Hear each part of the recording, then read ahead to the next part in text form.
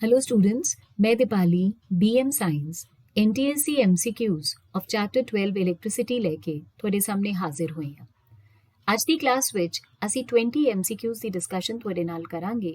But before I just start with it, ਬੇਟੇ ਮੇਰੀ ਸਾਰਿਆਂ ਨੂੰ ਰਿਕੁਐਸਟ ਹੈ ਕਿ ਜਦੋਂ ਤੁਸੀਂ ਇੱਕ MCQ ਨੂੰ ਡੀਲ ਕਰਨਾ ਹੈ, ਸਭ ਤੋਂ ਪਹਿਲਾਂ ਕੁਐਸਚਨ ਪੜ੍ਹਦੇ ਸਾਰ ਹੀ ਤੁਸੀਂ ਉਸ ਕਨਸੈਪਟ ਨੂੰ ਆਪਣੇ ਮਾਈਂਡ ਵਿੱਚ ਕੋਰਿਲੇਟ ਕਰਨ ਦੀ ਕੋਸ਼ਿਸ਼ ਕਰੋ ਜੋ ਤੁਸੀਂ ਚੈਪਟਰ ਦੀ ਪ੍ਰੈਪਰੇਸ਼ਨ ਦੇ ਡਿਊਰਿੰਗ अपने माइंड विच सेट की है। Only when your concept is clear in your mind then you should read the options. एकदम ऑप्शंस के उत्ते कदे भी नहीं जाना चाहिए। So let's start. अनडाउटेडली साडा पूरा फोकस NTSC एग्जाम ते है which is going to be held on 13 December 2020। First question, एक खुला बिजली सर्किट की हुंदा है।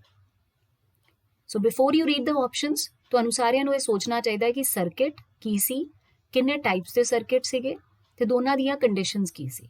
ਆਫ ਕੋਰਸ ਰੀਕਾਲ ਕਰ ਲੈਂਦੇ ਆ, ਬਿਜਲੀ ਸਰਕਿਟ ਇੱਕ ਰਸਤਾ ਹੈ ਜਿਹਦੇ ਅਲੋਂਗ ਬਿਜਲੀ ਤਾਰਾ ਫਲੋ ਕਰਦੀ ਹੈ। ਦੋ ਤਰ੍ਹਾਂ ਦੇ ਸਰਕਿਟ ਸੀਗੇ, ਓਪਨ ਜਾਂ ਕਲੋਜ਼। ਸੋ ਖੁੱਲਾ ਸਰਕਿਟ ਆਫ ਸੀਗਾ ਜਾਂ ਔਨ, ਇੱਥੇ ਗੱਲ ਤੁਹਾਨੂੰ ਕਲੀਅਰ ਹੋਣੀ ਚਾਹੀਦੀ ਹੈ ਕਿ ਖੁੱਲਾ ਬਿਜਲੀ ਸਰਕਿਟ ऑफ कंडीशन ਨੂੰ ਕਹਿੰਦੇ ਆ। ऑफ कंडीशन मतलब स्विच ऑफ है, दैट मीन्स कोई भी करंट ਇਹਦੇ ਵਿੱਚੋਂ फ्लो नहीं करता। Now just go with the options. पहली ऑप्शन है जिस ਵਿੱਚ ਬਿਜਲੀ ਤਾਰਾ ਪ੍ਰਵਾਹਿਤ ਹੁੰਦੀ ਹੈ, so it is a wrong option. Next is जिस ਵਿੱਚ ਬਿਜਲੀ ਤਾਰਾ ਪ੍ਰਵਾਹਿਤ नहीं ਹੁੰਦੀ, that can be right. Let us see the next one, जिस ਵਿੱਚ ਬਿਜਲੀ ਤਾਰਾ ਪ੍ਰਵਾਹਿਤ ਹੋ ਵੀ ਸਕਦੀ ਹੈ ਨਹੀਂ ਵੀ। ਇਹਨਾਂ ਨੇ ਦੋਨੋਂ ਕੇसेस देते, so it's again wrong.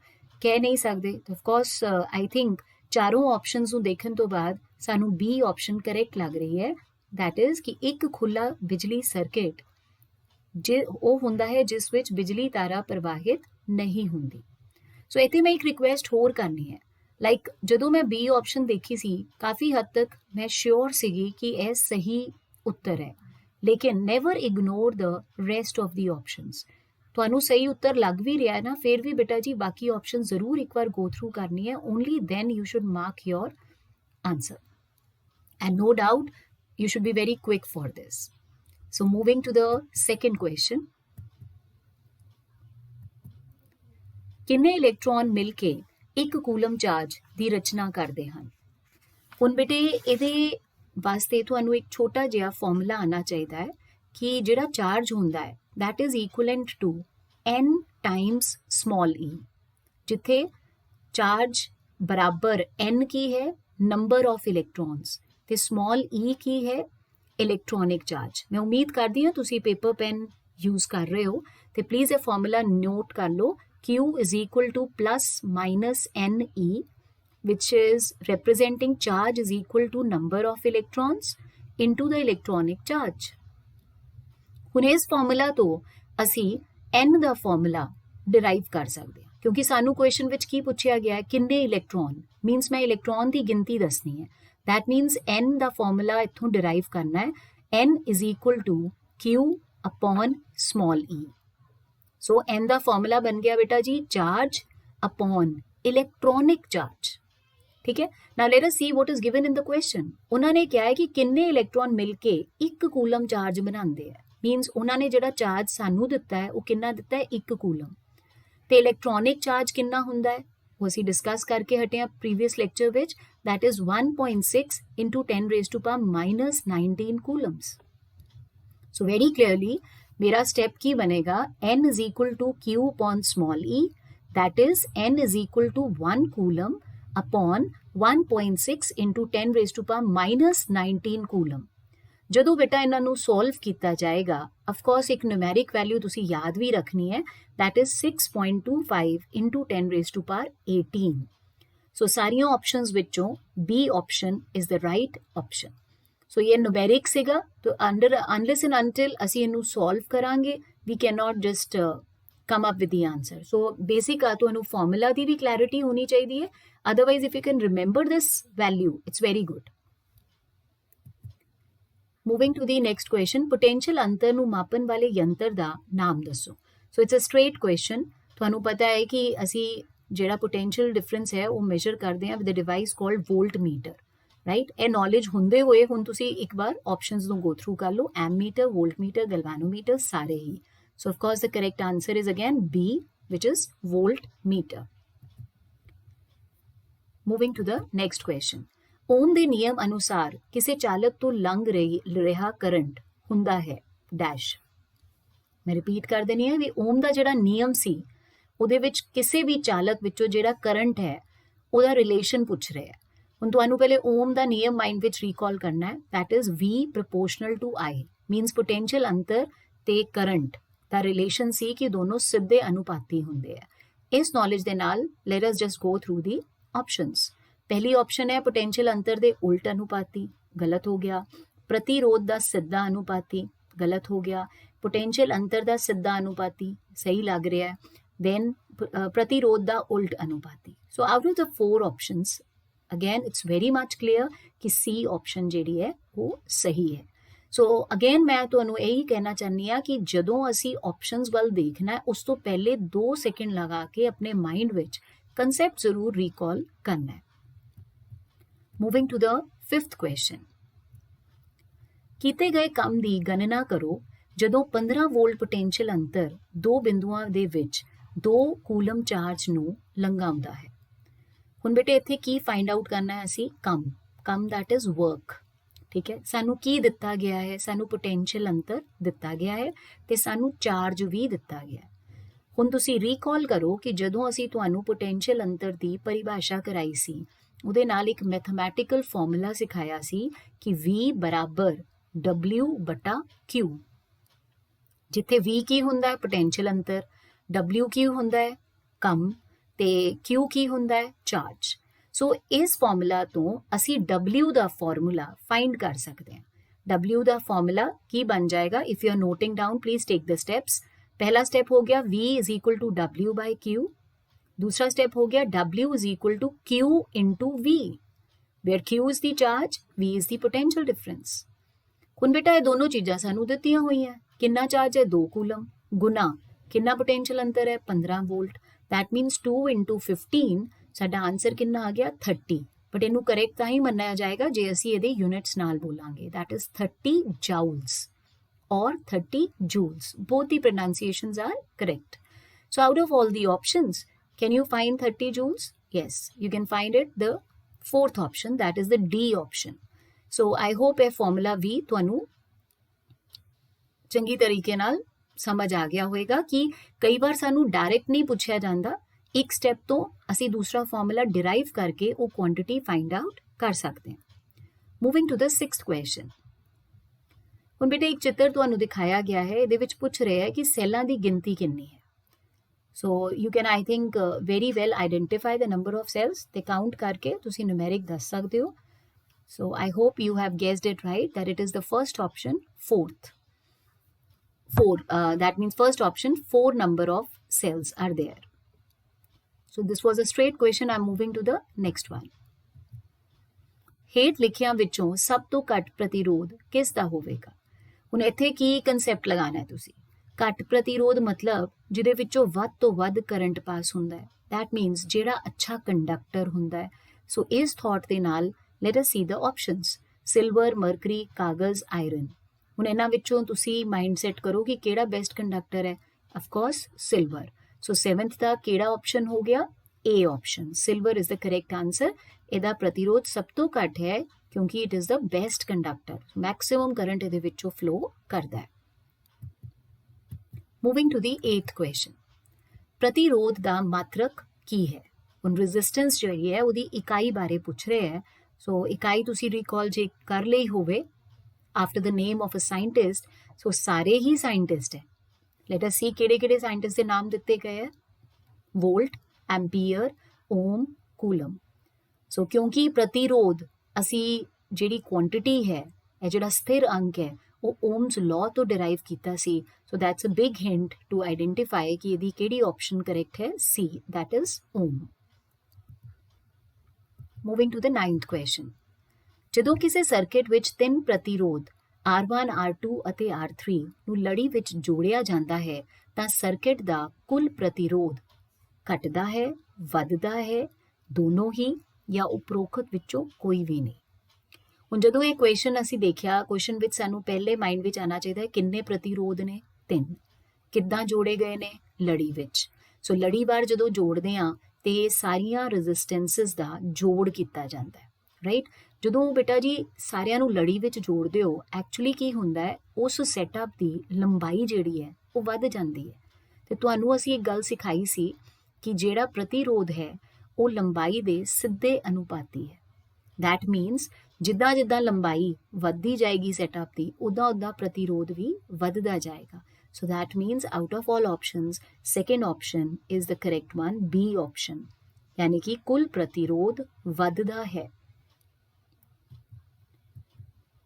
Next बेटा 10th question, एक सर्किट ਵਿੱਚ 3 प्रतिरोध 1/4 4 ohms, 8 ohms, 16 ohms ਨੂੰ ਸਮਾਨਾਂਤਰ ਵਿੱਚ ਜੋੜਿਆ ਗਿਆ ਹੈ। ਸਰਕਿਟ ਦਾ ਕੁੱਲ ਪ੍ਰਤੀਰੋਧ ਕਿੰਨਾ ਹੋਵੇਗਾ?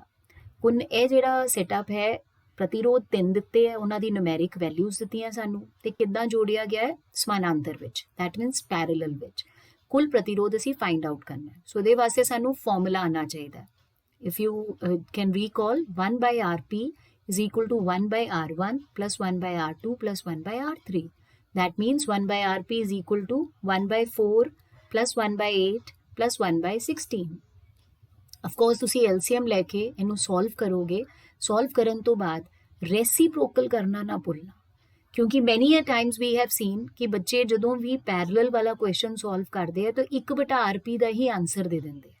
ਸੋ ਇਹਦਾ ਕਰੈਕਟ ਆਨਸਰ ਜਿਹੜਾ ਹੈ ਬੇਟਾ, that is the C option 16/7। ਕਿਉਂਕਿ ਜਦ ਤੁਸੀਂ 1/Rp ਫਾਈਂਡ ਆਊਟ ਕਰਨਾ ਹੈ ਤਾਂ ਤੁਹਾਡਾ 7/16 ਆਉਣਾ ਹੈ, ਤੇ ਕਾਫੀ ਬੱਚਿਆਂ ਨੂੰ ਭੁਲੇਖਾ ਪੈਂਦਾ, ਉਹਨਾਂ ਨੇ B ਆਪਸ਼ਨ ਚੱਕ ਲੈਣਾ, which is the wrong one. Correct answer is the C option 16/7. So again ਇਹ straight question ਹੈ, ਲੇਕਿਨ ਉਹੀ ਬੱਚਾ ਕਰ ਸਕਦਾ ਹੈ ਜਿਹਨੂੰ ਫਾਰਮੂਲਾ ਚੰਗੀ ਤਰ੍ਹਾਂ ਆਂਦਾ ਹੋਵੇ। Moving to the next question, ਬਿਜਲੀ ਤਾਰਾਂ ਦੇ ਤਾਪਨ ਪ੍ਰਭਾਵ ਦੀ ਖੋਜ ਕੀਤੀ ਸੀ, ਕਿੰਨੇ ਕੀਤੀ ਸੀ? ਇਨਫੈਕਟ ਉਹਦੇ ਵਾਸਤੇ ਸਾਨੂੰ ਕੁਝ ਵਿਗਿਆਨਕ ਦੇ ਨਾਮ ਦਿੱਤੇ ਗਏ ਹੈ, ਜੂਲ, ਜੇਮਸ ਵਾਟ, ਚੈਡਵਿਕ ਤੇ ਓਮ। ਸੋ ਅਗੇਨ ਅਸੀਂ ਇਹ ਡਿਟੇਲ ਵਿੱਚ ਡਿਸਕਸ ਕੀਤਾ ਹੈ। If you can recall H is equal to I²RT, ਇਹ ਫਾਰਮੂਲਾ ਕੀਤਾ ਸੀ, ਤੇ ਉਹਦੇ ਨਾਲ ਤੁਹਾਨੂੰ ਯਾਦ ਆਉਣਾ ਚਾਹੀਦਾ ਕਿ ਕਿਹੜੇ ਨਿਯਮ ਦਾ ਨਾਮ ਤਾਪਨ ਪ੍ਰਭਾਵ ਨਾਲ ਜੋੜਿਆ ਸੀ। ਦੈਟ ਵਾਜ਼ ਜੂਲ ਦਾ ਤਾਪਨ ਪ੍ਰਭਾਵ। ਸੋ ਆਫਕੋਰਸ ਇਹਦੀ ਖੋਜ ਕਿੰਨੇ ਕੀਤੀ ਸੀ? ਜੂਲ ਨੇ। ਸੋ 11th ਦਾ ਫਰਸਟ ਆਪਸ਼ਨ ਜੂਲ ਕਰੈਕਟ ਹੈ। ਹਾਂਜੀ, 12th ਕੁਐਸਚਨ ਹੈ ਬੇਟਾ, ਕਿਸੇ ਪਦਾਰਥ ਵਿੱਚ ਬਿਜਲੀ ਤਾਰਾਂ ਦੇ ਵਾਹਕ ਹੁੰਦੇ ਹਨ। ਹੁਣ ਤੁਹਾਨੂੰ ਇਹ ਗੱਲ ਬਹੁਤ ਚੰਗੀ ਤਰ੍ਹਾਂ ਦੱਸੀ ਜਾ ਚੁੱਕੀ ਹੈ ਕਿ ਜਦੋਂ ਕਰੰਟ ਫਲੋ ਕਰਦਾ ਹੈ ਕਿਸੇ ਵਿੱਚੋਂ ਵੀ, ਉਹ ਕਨਵੀਨੀਐਂਟਲੀ ਫਲੋ ਕਰ ਪਾ ਰਿਹਾ ਹੈ ਕਿਉਂਕਿ ਉਹਦੇ ਕੋਲ ਕੁਝ ਕੈਰੀਅਰਸ ਨੇ, ਕੁਝ ਵਾਹਕ ਨੇ। ਸੋ ਥੱਲੇ ਜਿਹੜੇ ਆਪਸ਼ਨਸ ਦਿੱਤੇ ਆ, ਅਸੀਂ ਚੂਜ਼ ਕਰਨਾ ਹੈ ਕਿ ਉਹਨਾਂ ਵਿੱਚੋਂ ਕਿਹੜੇ ਵਾਹਕ ਨੇ, ਨਿਊਟਰੋਨ ਨੇ, ਪ੍ਰੋਟੋਨ ਨੇ, ਇਲੈਕਟ੍ਰੋਨ ਨੇ ਕਿ ਸਾਰੇ ਹੀ ਨੇ। Of course you hour clear with the answer ਕਿ ਇਲੈਕਟ੍ਰੋਨਸ ਨੇ, ਰਾਈਟ। ਸੋ ਇਲੈਕਟ੍ਰੋਨਸ ਹੀ ਉਹਨਾਂ ਦੇ ਕੈਰੀਅਰ ਹੁੰਦੇ ਜਿਹਦੇ ਕਰਕੇ ਕਰੰਟ ਫਲੋ ਕਰ ਪਾਉਂਦਾ ਹੈ। 13th ਕੁਐਸਚਨ, ਫਿਊਜ਼ ਕਿਸੇ ਸਰਕਿਟ ਵਿੱਚ ਕਿਵੇਂ ਜੋੜਿਆ ਜਾਂਦਾ ਹੈ? ਹੁਣ ਮੈਂ ਤੁਹਾਡੇ ਨਾਲ ਡਿਸਕਸ਼ਨ ਕੀਤੀ ਸੀ ਕਿ ਜਿਹੜਾ ਫਿਊਜ਼ ਹੁੰਦਾ ਹੈ ਉਹ ਸਾਡੇ ਘਰ ਦੇ ਐਕਸਪੈਂਸਿਵ ਡਿਵਾਈਸਿਸ ਨੂੰ ਪ੍ਰੋਟੈਕਟ ਕਰਦਾ ਹੈ, ਸੇਵਡ ਰੱਖਦਾ ਹੈ। ਕਿੱਦਾਂ ਸੇਵਡ ਰੱਖਦਾ ਹੈ? ਕਿਉਂਕਿ ਜਿੰਨਾ ਵੀ ਐਕਸਟਰਾ ਕਰੰਟ ਪਿੱਛੋਂ ਸਪਲਾਈ ਹੋ ਰਿਹਾ ਹੈ, ਐਕਸਟਰਾ ਵੋਲਟੇਜ ਪਿੱਛੋਂ ਸਪਲਾਈ ਹੋ ਰਹੀ ਹੈ, ਸਾਰੀ ਦੀ ਸਾਰੀ ਇਸ ਫਿਊਜ਼ ਵਿੱਚੋਂ ਕ੍ਰਾਸ ਕਰਦੀ ਹੈ। ਤਾਂ ਕਿਸ ਤਰ੍ਹਾਂ ਦੀ ਤਰਤੀਬ ਵਿੱਚ ਸਾਰਾ ਕਰੰਟ ਫਲੋ ਕਰੇਗਾ? ਅਫਕੋਰਸ ਲੜੀਵਾਰ। ਹੁਣ ਤੁਸੀਂ ਰੀਕਾਲ ਕਰ ਲਿਆ ਹੋਵੇਗਾ ਵੀ ਫਿਊਜ਼ ਵਿੱਚੋਂ ਸਾਰੇ ਦਾ ਸਾਰਾ ਕਰੰਟ ਲੰਘਦਾ ਹੈ, ਇਸੇ ਕਰਕੇ ਜਦੋਂ ਜ਼ਿਆਦਾ ਕਰੰਟ ਆਉਂਦਾ ਹੈ ਤੇ ਉਹਦੀ ਜਿਹੜੀ ਵਾਇਰ ਹੈ ਉਹ ਮੈਲਟ ਕਰ ਜਾਂਦੀ ਹੈ ਤੇ ਸਾਡੇ ਡਿਵਾਈਸਿਸ ਨੂੰ ਸੇਵ ਕਰ ਦਿੰਦੀ ਹੈ। ਲੈਟ ਅਸ ਸੀ ਦਾ ਆਪਸ਼ਨਸ। ਲੜੀ ਵਿੱਚ ਜੋੜਿਆ ਜਾਂਦਾ ਹੈ, ਸਮਾਨਾਂਤਰ, ਲੜੀ ਐਂਡ ਸਮਾਨਾਂਤਰ, ਲਾਸਟ ਵਿੱਚ ਉਪਰੋਕਤ ਸਾਰੇ। ਸੋ again you can guess it very right that 13th the A part is the correct option. Fuse ਨੂੰ ਲੜੀ ਵਿੱਚ ਜੋੜਿਆ ਜਾਂਦਾ ਹੈ। 14th question, ਬਿਜਲੀ ਬਲਬ ਦਾ ਫਿਲਾਮੈਂਟ ਕਿਸ ਧਾਤ ਦਾ ਬਣਿਆ ਹੁੰਦਾ ਹੈ? ਸੋ ਤੁਹਾਨੂੰ ਇਸ ਗੱਲ ਦੀ ਕਲੈਰਿਟੀ ਹੋਣੀ ਚਾਹੀਦੀ ਹੈ ਇੱਥੇ ਕਿ ਜਿਹੜਾ ਬਲਬ ਹੈ ਉਹਦਾ ਫਿਲਾਮੈਂਟ ਕੁਝ ਅਜਿਹਾ ਹੋਣਾ ਚਾਹੀਦਾ ਹੈ ਜੋ ਜਲਦੀ ਨਾਲ ਮੈਲਟ ਨਾ ਹੁੰਦਾ ਹੋਵੇ, ਜਿਹਦਾ ਪਿਘਲਾਊ ਦਰਜਾ ਬਹੁਤ ਜ਼ਿਆਦਾ ਹੁੰਦਾ ਹੋਵੇ। ਸੋ ਸਾਰੇ ਆਪਸ਼ਨਸ ਦੇਖ ਲੈਂਦੇ ਆ, ਉਸ ਤੋਂ ਆਈਡੀਆ ਲੱਗ ਜਾਏਗਾ। ਸੋਨੇ ਦਾ, ਐਲੂਮੀਨੀਅਮ ਧਾਤ ਦਾ, ਟੰਗਸਟਨ ਧਾਤ ਦਾ ਜਾਂ ਚਾਂਦੀ ਦਾ। ਸੋ ਆਈ ਹੋਪ ਇਹ ਵੀ ਇੱਕ ਡਾਇਰੈਕਟ ਟਾਈਪ ਦਾ ਕੁਐਸਚਨ ਹੈ, ਤੁਸੀਂ ਮੇਕਓਵਰ ਕਰ ਲਿਆ ਹੋਵੇਗਾ। ਅਸੀਂ ਲੈਕਚਰ ਅਸਾਈਨਮੈਂਟ ਵਾਲੀ ਵਿੱਚ ਡਿਸਕਸ ਵੀ ਕੀਤਾ ਸੀ ਕਿ ਟੰਗਸਟਨ ਦਾ ਜਿਹੜਾ ਪਿਘਲਾਊ ਦਰਜਾ ਹੈ ਬਹੁਤ ਵੱਧ ਹੁੰਦਾ ਹੈ 3380 degree Celsius. So 14th the C option is the correct one. 15th question, ਕਿਸੇ ਚਾਲਕ ਦਾ ਪ੍ਰਤੀਰੋਧ ਉਸ ਚਾਲਕ ਦੀ ਲੰਬਾਈ ਤੇ ਨਿਰਭਰ ਕਰਦਾ ਹੈ।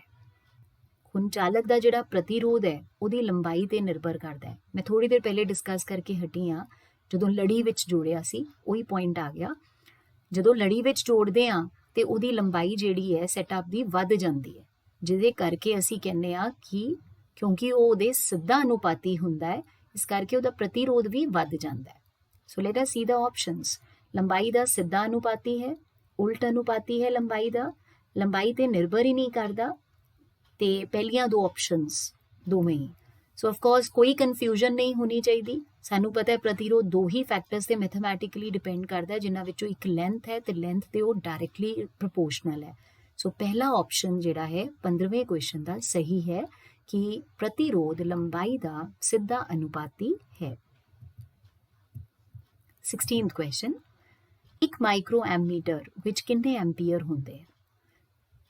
ਤੁਹਾਨੂੰ ਦੱਸਿਆ ਗਿਆ ਸੀ ਕਿ ਐਂਪੀਅਰ ਸਾਡੇ ਕਰੰਟ ਦੀ ਇਕਾਈ ਹੈ, ਲੇਕਿਨ ਜਿੱਥੇ ਬਹੁਤ ਛੋਟਾ ਕਰੰਟ, ਬਹੁਤ ਹੀ ਥੋੜੀ ਬਿਜਲੀ ਧਾਰਾ ਫਲੋ ਕਰ ਰਹੀ ਹੋਵੇ, ਉੱਥੇ ਬੇਟਾ ਅਸੀਂ ਛੋਟੇ ਯੂਨਿਟਸ ਯੂਜ਼ ਕਰਦੇ ਹਾਂ, ਮਿਲੀ ਐਂਪੀਅਰ ਤੇ ਮਾਈਕਰੋ ਐਂਪੀਅਰ। ਇਹਦੇ ਨਾਲ ਹੀ ਮੈਂ ਤੁਹਾਨੂੰ ਦੋਨੋਂ ਰਿਲੇਸ਼ਨਸ ਵੀ ਸਿਖਾਏ ਸੀ ਕਿ ਇੱਕ ਮਿਲੀ ਐਂਪੀਅਰ ਤੇ ਇੱਕ ਮਾਈਕਰੋ ਐਂਪੀਅਰ ਵਿੱਚ ਕਿੰਨੇ ਐਂਪੀਅਰ ਹੁੰਦੇ ਆ। ਅਗਰ ਤੁਸੀਂ ਸਹੀ ਜੱਜ ਕਰ ਲਿਆ ਹੋਏ ਤਾਂ ਤੁਸੀਂ ਦੇਖ ਪਾ ਰਹੇ ਹੋ ਜਿਹੜਾ ਸਾਡਾ ਬੀ ਆਪਸ਼ਨ ਹੈ 1 micro ampere 1 micro ampere is equal to 10 raised to power minus 6 amperes. So 16th the B option is the correct one. Moving to the 17th question. ਕਿਸੇ ਚਾਲਕ ਦਾ ਪ੍ਰਤੀਰੋਧ ਨਿਰਭਰ ਕਰਦਾ ਹੈ। ਹੁਣ ਚਾਲਕ ਦਾ ਪ੍ਰਤੀਰੋਧ ਯਾਨੀ ਕਿ ਰੈਜ਼ਿਸਟੈਂਸ ਕਿਸ ਤੇ ਡਿਪੈਂਡ ਕਰਦਾ ਹੈ? ਉਸ ਦੀ ਲੰਬਾਈ ਤੇ, ਉਸ ਦੇ ਖੇਤਰਫਲ ਤੇ, ਪਦਾਰਥ ਦੀ ਪ੍ਰਕਿਰਤੀ ਉੱਤੇ ਜਾਂ ਉਪਰੋਕਤ ਸਾਰੇ। ਸੋ ਅਫਕੋਰਸ ਮੈਥਮੈਟਿਕਲੀ ਤਾਂ ਬੇਟਾ ਦੋ ਹੀ ਚੀਜ਼ਾਂ ਸੀਗੀਆਂ, ਲੰਬਾਈ ਤੇ ਪਰਿਖੇਤਰਫਲ, ਦੈਟ ਮੀਨਸ ਏਰੀਆ। ਲੇਕਿਨ ਉਸ ਤੋਂ ਇਲਾਵਾ ਮੈਂ ਦੋ ਚੀਜ਼ਾਂ ਦੱਸੀਆਂ ਸੀ, ਉਹਦੀ ਨੇਚਰ ਤੇ ਟੈਂਪਰੇਚਰ ਤੇ ਵੀ ਡਿਪੈਂਡ ਕਰਦਾ ਹੈ। ਦੈਟ ਮੀਨਸ 17th ਦੇ ਤਿੰਨੋਂ ਹੀ ਅਬਵ ਆਪਸ਼ਨਸ ਜਿਹੜੀਆਂ ਹੈ ਉਹ ਵੈਲਿਡ ਨੇ। ਦੈਟ ਮੀਨਸ ਅਸੀਂ ਕਰੈਕਟ ਆਨਸਰ ਕਿਹੜਾ ਮੰਨਾਂਗੇ? ਡੀ ਪਾਰਟ, ਉਪਰੋਕਤ ਸਾਰੇ। Moving to the 18th question, ਬਿਜਲੀ ਊਰਜਾ ਦਾ ਵਪਾਰਿਕ ਇਕਾਈ ਕੀ ਹੈ? ਇਫ ਯੂ ਰਿਮੈਂਬਰ, ਅਸੀਂ ਜਦੋਂ ਬਿਜਲੀ ਸ਼ਕਤੀ ਤੁਹਾਡੇ ਨਾਲ ਡਿਸਕਸ ਕੀਤਾ ਸੀ, ਉੱਥੇ ਬਿਜਲੀ ਊਰਜਾ ਦੇ ਬਾਰੇ ਵੀ ਚਰਚਾ ਕੀਤੀ ਸੀ ਕਿ ਬਿਜਲੀ ਊਰਜਾ ਪਾਵਰ ਗੁਣਾ ਟਾਈਮ ਹੁੰਦੀ ਹੈ। ਪਾਵਰ ਦਾ ਵੱਡਾ ਯੂਨਿਟ ਕੀ ਹੁੰਦਾ ਹੈ? ਕਿਲੋਵਾਟ, ਤੇ ਟਾਈਮ ਦਾ ਵੱਡਾ ਯੂਨਿਟ ਕੀ ਹੁੰਦਾ ਹੈ? ਆਰ। ਸੋ ਬਿਜਲੀ ਊਰਜਾ ਦਾ ਜਿਹੜਾ ਕਮਰਸ਼ੀਅਲ ਯੂਨਿਟ ਹੈ, ਵਪਾਰਿਕ ਇਕਾਈ ਹੈ, that is kilowatt hour. So 18th ਦਾ ਬੇਟਾ ਪਹਿਲਾ option KWH kilowatt hour is the correct one. 19th question, ਕਿਸੇ ਬਿਜਲਈ ਫਿਊਜ਼ ਦੇ ਗੁਣ ਹੁੰਦੇ ਹਨ?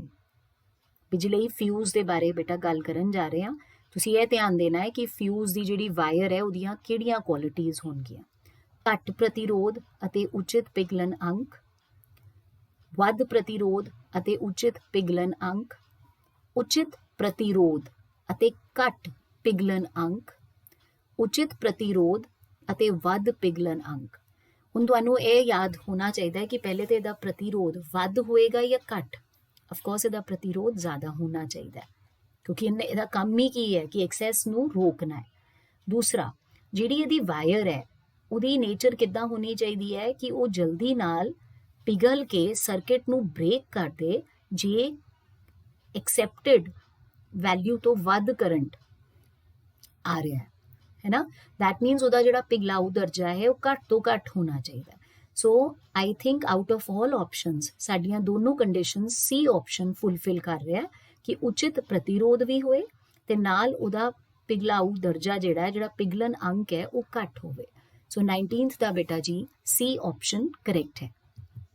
Moving to the last question of today, that is 20th question, 1 kilowatt hour ਵਿੱਚ ਕਿੰਨੇ ਜੂਲ ਹੁੰਦੇ ਹਨ? ਸੋ ਇਹ ਸਟੈਂਡਰਡ ਰਿਲੇਸ਼ਨ ਹੈ, ਬਟ ਮੈਂ ਤੁਹਾਨੂੰ ਸੋਲਵ ਕਰਨਾ ਦੱਸਿਆ ਸੀ ਕਿ 1 ਕਿਲੋਵਾਟ ਵਿੱਚ 1000 ਵਾਟ ਹੁੰਦੇ ਆ ਤੇ 1 ਘੰਟੇ ਵਿੱਚ 3600 ਸੈਕਿੰਡ ਹੁੰਦੇ ਆ। ਸੋ ਵਾਟ ਸੈਕਿੰਡ ਨੂੰ ਬੇਟਾ ਜੀ ਅਸੀਂ ਜੂਲ ਲਿਖਦੇ ਹਾਂ।